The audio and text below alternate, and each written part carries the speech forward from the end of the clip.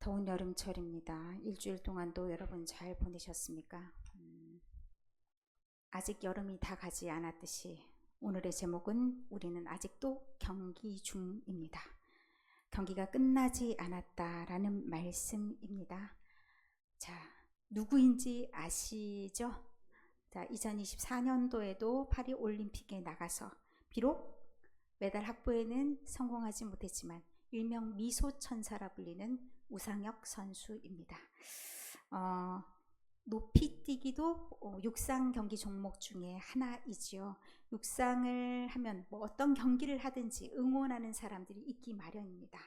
우상혁 선수가 그런 얘기를 하더라고요. 보통 이제 뛸 때 어느 박자에 뛰느냐라는 말을 누가 질문을 했습니다. 그러니까 그 답이 나는 30초 안에 뛰는데 응원하는 박자 소리를 듣고 있다라고 얘기를 하더라고요. 응원하는 소리가 이 선수에게 얼마나 큰 힘이 되는지를 그 말을 통해서도 미루어 짐작할 수가 있습니다. 여러분은 여러분 스스로가 뛰는 선수라고 생각하십니까? 아니면 관람객이라고 생각하십니까? 우리는 스스로 때때로 관람객으로 우리 스스로를 규정하는 경우가 참 많이 있습니다.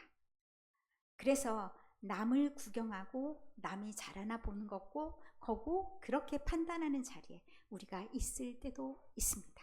그러나 우리는 어디에 있냐 하면요, 저 무대 안에 있어야 되는, 경기장 안에 있어야 되는 사람들이라는 것을 오늘 말씀을 통해서 우리에게 들려주십니다.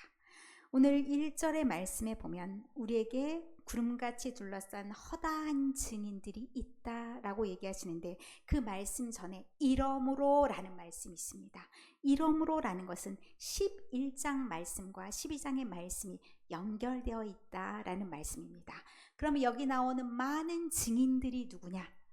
여기 많은 관람객들, 많은 관객들이 누구냐? 11절에 나와 있던 아브라함, 노아, 이런 모든 사람들이 다 우리의 관객들이다 라고 말합니다. 그럼 우리는 누구입니까? 저 안에서 뛰어야 되는 선수들입니다. 우리가 단거리 선수가 되면 안 되겠죠. 인생은 장거리 마라톤입니다.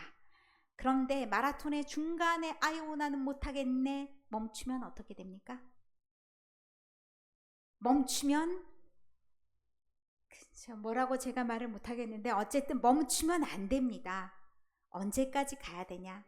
끝나는 결승선까지 가야 되는 게 마라톤입니다.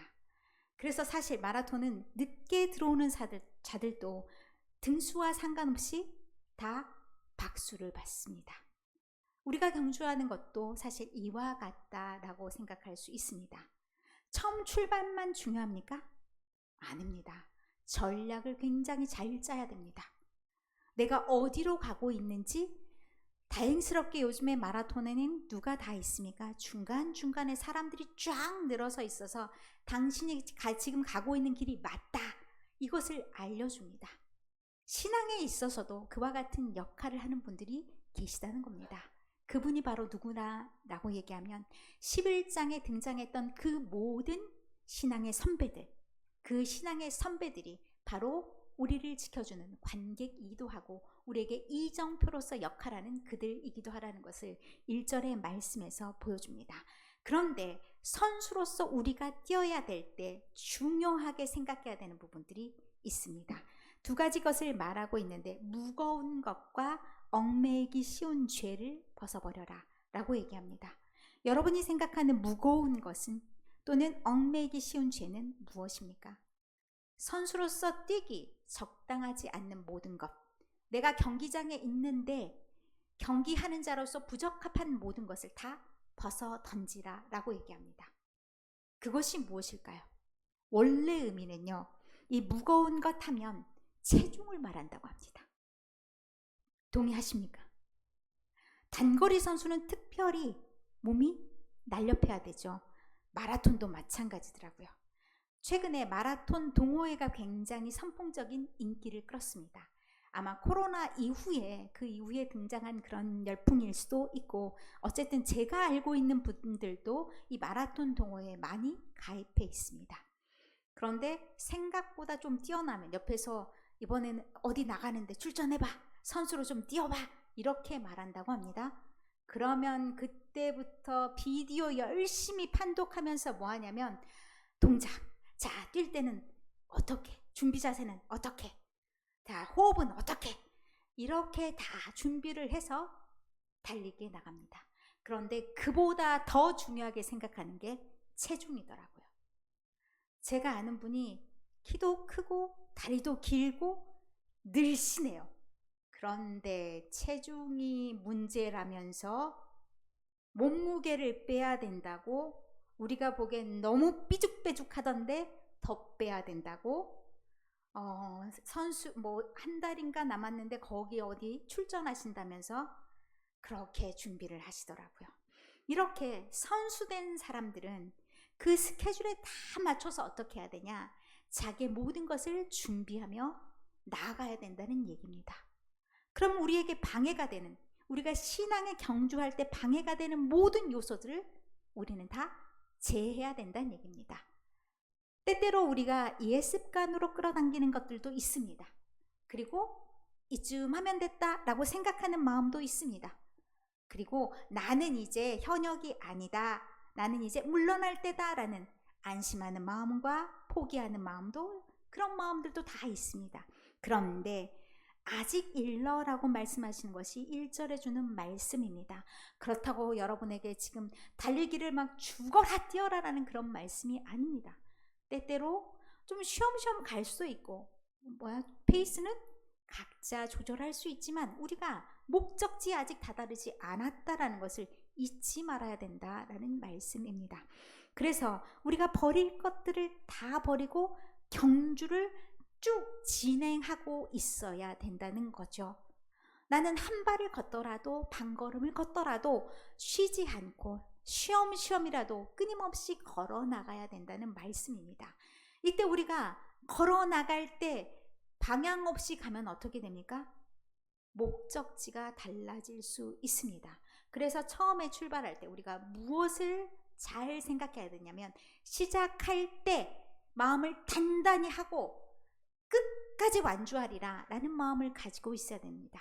중간에 어떤 일이 일어나도, 중간에 옆에서 무슨 짓을 하더라도 나는 옆에 곁눈질하지 않고 나의 발걸음대로 나는 목적지를 향해서 나아가겠다라는 그런 마음이 있어야 되는 거고, 또한 내가 믿는 마음, 나는 이 종착지가 반드시 좋은 것이리라 생각하는 믿는 마음이 있어야 된다는 얘기입니다. 이 마음이 없으면 어떻게 됩니까? 중도 탈락하기 참 쉽습니다. 포기하죠. 뭐 얻을 게 있다고 내가 이 고생을 해? 이런 마음 들죠. 조금만 어려우면 어떻게 됩니까? 나 갈래. 뭐 갈 데 따로 있는 것도 아닌데 자꾸 나 갈래, 그만둘래, 이런 말들을 입버릇처럼 하게 됩니다.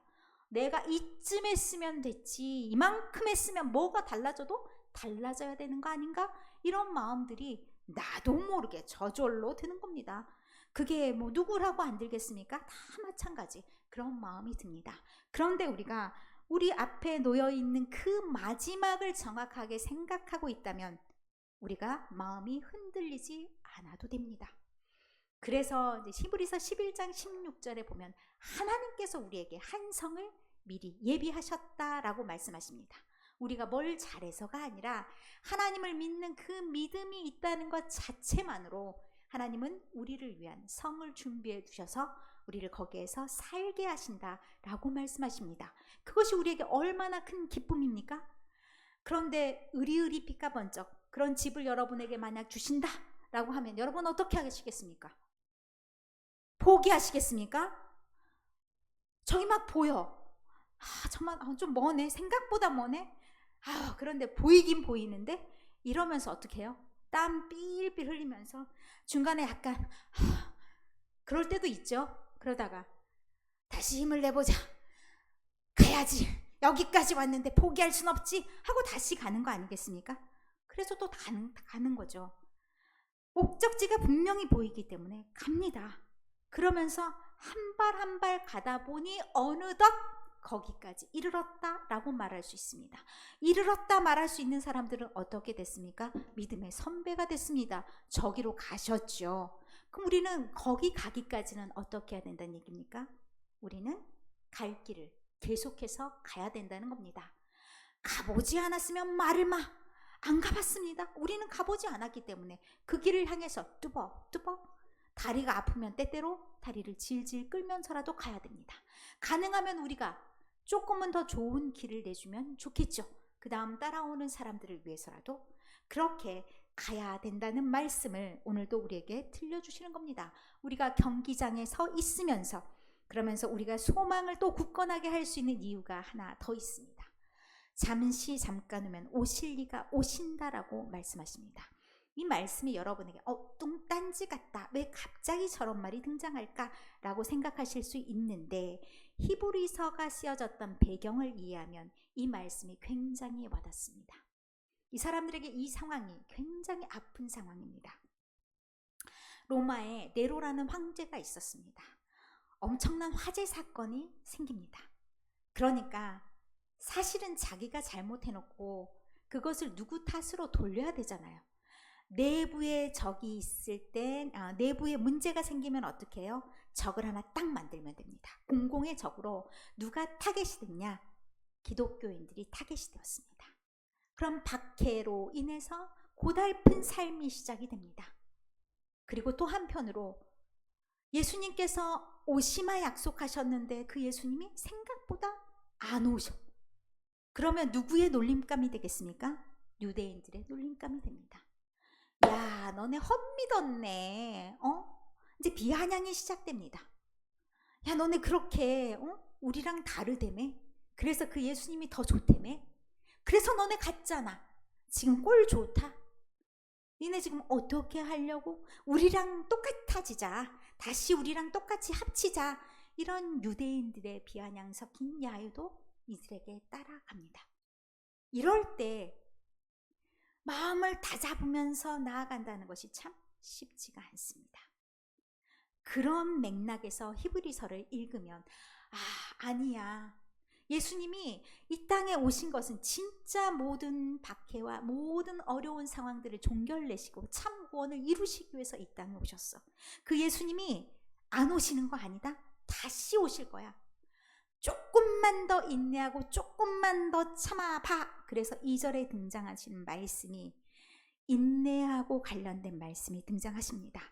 믿음의 주요 또 온전하게 하시는 이인 예수를 바라보자. 이렇게 우리 성경에는 나와 있습니다. 원래 헬라어 순서대로 본다면 바라보자. 그런데 바라보다는 것이 그냥 슉 이렇게 보는 그런 게 아니라요. 제가 예를 들면 이은주 권사님을 바라보면 옆에 다른 사람 있나? 누가 왔나? 이게 아니라요. 이은주 권사님만 쫙 뚫어지게 쳐다보는 거. 딱 고정해서 보는 것이 여기에서 바라본다는 얘기입니다. 누구를 바라봐야 되냐? 예수님을 바라봐야 됩니다. 그런데 바라봄의 이유가 이 꾸며주는 말 안에 들어가 있습니다. 우리 성경에는 믿음의 주요 온전하게 하시는 이라고 나와 있는데 원래 성경을 또 다르게 이제 헬라어로 보면 시작과 끝으로도 볼 수 있습니다. 믿음의 시작과 끝은 누구냐? 예수님이시다. 그 믿음의 시작과 끝이라는 의미 속에서는 믿음의 표본이 예수님 안에 있다라는 말입니다.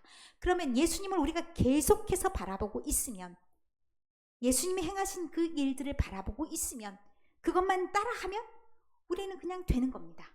예수님이 따라하는 예수님을 하시는 그대로 가게 되면 우리도 결승점에 안전하게 도착할 수 있다는 말씀입니다. 우리가 금메달을 따야 되나요? 금메달에 욕심이 있으면 그것도 가능하겠지만 우리에게 금메달을 따라 은메달을 따라 말하지 않습니다. 우리는 무엇이 중요하냐? 끝까지 우리의 경기를 완주하는 것만이 중요합니다. 그래서 우리의 시선이 누구를 계속 따라가 있으면 되냐? 예수님을 쭉 따라가 있으면 됩니다. 눈이 막 이쪽으로 갔다 저쪽으로 갔다. 누가 더 복을 받는가 봐서 저 사람이 좀 잘 돼 그럼 저쪽 갔다가 아니야. 또 누가 더 어떤 권사님이 잘 되네. 다시 교회로. 막 이렇게 왔다 갔다 하는 마음이 아니라요. 한결같이 예수님을 붙잡고 있어야 되는데 그 앞에 있는 기쁨을 예수님께서 보신 것처럼 우리도 그 앞에 있는 기쁨을 봐야 된다라고 말씀하시는 겁니다. 그 앞에 있는 기쁨이 무엇이겠습니까? 완전한 구원과 완전한 생명과 우리가 영원히 거할 처소가 그 안에 있다는 것입니다. 그리고 더해서 하나님과 우리가 완전한 관계가 되는 겁니다. 우리가 죄를 지었을 때는 하나님과 우리의 관계가 불완전했습니다. 그런데 완전하게 되면서 예수님께서 이루신 그 모든 일들을 우리도 이룰 수 있다는 말입니다. 그러니 우리에게 당부하는 말씀이 있는 겁니다. 예수님께서 십자가를 지실 때 아파, 이게 가장 큰 고통이 아니셨고요. 수치를 가장 부끄러움으로 여기셨는데 그마저도 감당하셨다라고 얘기합니다. 왜? 십자가는 아무나 매는 것이 아닙니다. 큰 잘못을 저질렀을 때 그리고 모두가 향하게 볼 수 있도록 십자가는 항상 높이 세워집니다. 그 수치의 십자가를 감당하셨다라고 얘기하십니다. 그 말은 곧 무슨 말이냐? 너희도 지금 힘드냐? 너희도 지금 고난을 당하고 있느냐? 그래서 돌아가고 싶으냐? 그냥 포기하고 싶으냐? 그럴 때 너희 마음을 어떻게 먹어야 되겠느냐? 예수님이 십자가에 못 박히심으로써 오히려 모든 사람에게 생명을 주셨고 완전한 구원을 이루어 주셨듯이 그리고 너희의 처소를 예비하시듯이 너희도 또한 그와 같이 예수님을 따르라 라고 말씀하는 겁니다. 그 안에 생명이 있고 그 안에 구원이 있고 그 안에 인생의 종착지, 영원한 생명의 종착지가 있음을 말씀하십니다. 그런데 사람들이 포기하려는 마음이 있습니다. 그렇기 때문에 3절에 말씀합니다. 피곤하여 낙심하지 않기 위해서. 너무 힘들어요. 지쳐요. 이제는 못하겠어요. 그런 마음을 갖지 않기 위해서 예수님이 행했던 것들을 한번 생각해 봐라. 예수님은 어땠냐? 죄인들이 자기가 생명을 주기 위해서 이 땅에 오셨는데 거역하지 않았냐? 그래서 십자가에 목숨을 바치기까지 그런 일들이 일어나지 않았냐? 그 예수님을 생각한다면 지금 그 정도의 어려움으로 나는 못하겠습니다. 나는 가겠습니다. 라고 말하면 안 되지 않냐? 너희가 지금 수고가 아직 덜 되었는데 4절에 말씀합니다. 너희가 지금 죄와 싸우고 있는데 어느 정도냐? 아직 피 안 흘렸어. 아직 그렇게까지 고통당하지 않았어. 아직 그렇게까지 인내심을 발휘한다고 너희들이 생각할지 모르지만 그 정도는 아직 아니다. 그러면 너희가 지금 어떻게 생각해야 되냐? 이 고난에 대한 의미를 한번 되새겨보자라고 5절 하반절부터 말씀하십니다. 이게 징계라는 말로 딱 나오면 우리 마음이 걸립니다.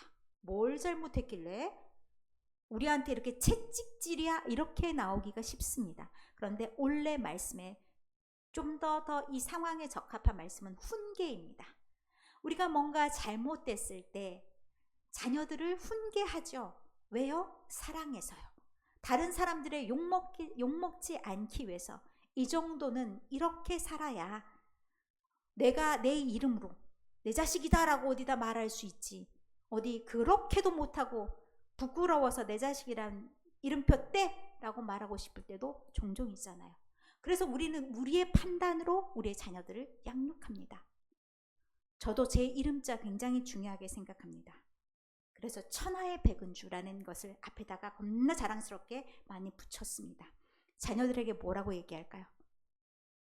어디 가서 내 아들이라고 하려면은 제대로 똑바로 못해? 이런 말들을 조금은 했습니다. 요즘엔 좀 덜 하려고 합니다. 사랑을 조금 더 줘야 될 것 같아서 마지막 이제 뭐 시집 장가 뭐 이렇게 가면 나에게 갈지 안 갈지는 모르겠지만 어쨌든 그렇게 되면 저랑은 좀 더 멀어지는 거잖아요. 그 전에 아름다운 추억 마무리를 잘하기 위해서 사랑을 조금 더 많이 주려고 합니다만 어쨌든 잘 되게 하기 위해서 보고 있다가 이 상황에선 이 정도 말은 해줘야 될 것 같다. 이 정도 강도로 말을 해줘야 될 것 같다. 결정하지 않습니까? 그와 똑같이 하나님도 징계를 주신다. 하나님도 훈계를 하시는데 그 훈계가 너희를 미워해서가 아니라 너희를 무시해서가 아니라 어떤 마음이라고 얘기하시냐면 진짜 참 아들이기 때문에, 너희가 어디서 얻어온 자식이 아니라 진짜 아들이기 때문에 하나님의 아들답게 거기에는 거룩이 들어갑니다. 누가 딱 봐도 하나님의 아들답게 딸답게 보이기 위해서 너희에게 그렇게 훈계를 하시는 것이다. 바른 길로, 이것이 바로 하나님의 길이다 라고 보여주는 것이다. 그러니까 너희가 지금 여러 가지 고난을 맞고 당하고 이런 모든 것에서 진짜 못해 먹겠네, 이러면 곤란하다는 겁니다. 이런 기회를 통해서 하나님께서 나에게 가르쳐 주시고자 하는 것이 무엇인지, 고난의 유익에 대해서, 고난의 목적에 대해서 말씀하고 있는 겁니다. 그래서 이런 깨달음을 얻으며 우리가 가장 중요하게 생각하는 것이 12절 13절의 말씀입니다. 너희가 지금 지쳤냐? 지쳐 떨어졌냐? 아무것도 못한다고 소리치고 싶냐? 어떻게 해야 되냐? 그러므로 피곤한 손과 연약한 무릎을 일으켜 세우고 너희 발을 위하여 곧은 길을 만들어 저는 다리로 하여금 어그러지지 않고 고침을 받게 하라. 이게 무슨 말이냐면, 지쳤냐? 쓰러졌냐? 아니다. 다시 일어나라 라고 말씀하시는 겁니다. 이것을 새 한글 성경으로 가져와 봤습니다. 이제 앞에 나와 있는 이야기를 정리하면서 따라서 여러분은 축 늘어진 손과, 이게 원어에는 이렇게 축 늘어진 손입니다. 그리고 후달달달 떨리는 다리입니다. 후달달달 떨리는 무릎을 그냥 축 놔두지 말고 꼿꼿하게 세우십시오. 꼿꼿하게 세운다는 건 뭡니까? 출발할 준비를 다시 하는 겁니다. 곧은 길로, 그러니까 평평한 길, 뭔가 거친 것들이 있는 것이 아니고 막 돌이 있는 것이 아니고 곧은 길로 그렇게 걸어가십시오. 다리를 쩔룩쩔룩 거리더라도 접질러지지 않도록 그렇게 나음을 입을 수 있도록 다시 한번 가봅시다. 그렇게 행합시다라고 마지막으로 권면하는 말씀이 있는 겁니다. 이 말씀을 생각하시면서 우리가 어떤 상황 가운데 있든지 우리가 좌절하지 않고, 우리가 지금 어디 있다는 것을 잊지 마셔야 되냐면 경기장 안에 있는 선수입니다. 혹여 우리의 시선을 뺏는 것들이 있는지, 혹여 우리의 마음을 뺏는 것들이 다른 곳에 있는지 확인해 보시고, 우리는 늘 언제나 누구를 향하여 있어야 되냐면 예수 그리스도를 향하여 우리의 눈이 있어야 됩니다. 그것도 곁눈질로 보는 것이 아니라 눈을 똑바로 뜨고 예수님을 응시해야 됩니다. 그럴 때 예수님의 움직임이 우리 모든 사람들에게 포착이 되고 내가 가야 할 길이 저 길이구나 알 수 있는 겁니다. 그렇게 행하며 나아갈 때 우리의 앞길에 주님께서 우리에게 마련해 주시는 그 예비한 성으로 나아갈 수 있을 줄 믿습니다. 흔들리지 맙시다. 그리고 포기하지도 맙시다. 새 힘을 얻어서 주님 안에서 늘 새 힘으로, 여러분 뛰어갈 수 없다면 다리를 질질 끌고라도 마지막 종점을 향해서 나아갈 때 하나님께서 잘했다, 최선을 다했구나,